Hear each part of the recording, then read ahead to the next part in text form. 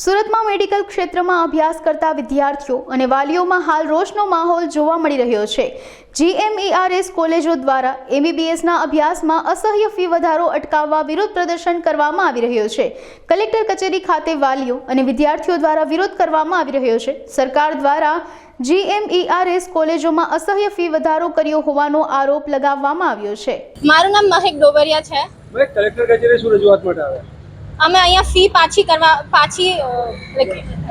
વધારો પાછી કરવા માટે આવ્યા છીએ। અચ્છા, કેટલા ટકાનો ફી વધારો આવ્યો આશરે? પહેલા કેટલી ફી હતી અને અત્યારે કેટલી હતી? 3 લાખ હતી જીમસની, જેની 5.5 લાખ કરી છે, અને સેલ્ફ ફાઇનાન્સની 8 લાખ હતી, જેની 17 લાખ કરવામાં આવી છે। બેટા, આનાથી શું ફરક પડશે મા બાપને અને તમારે? બહુ જ ફરક પડે।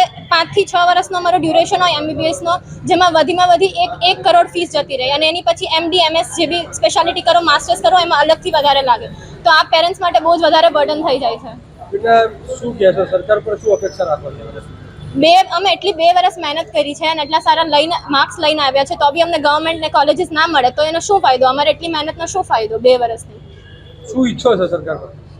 ફીસ પાછી જે વધારી છે એ પાછી લઈ લો।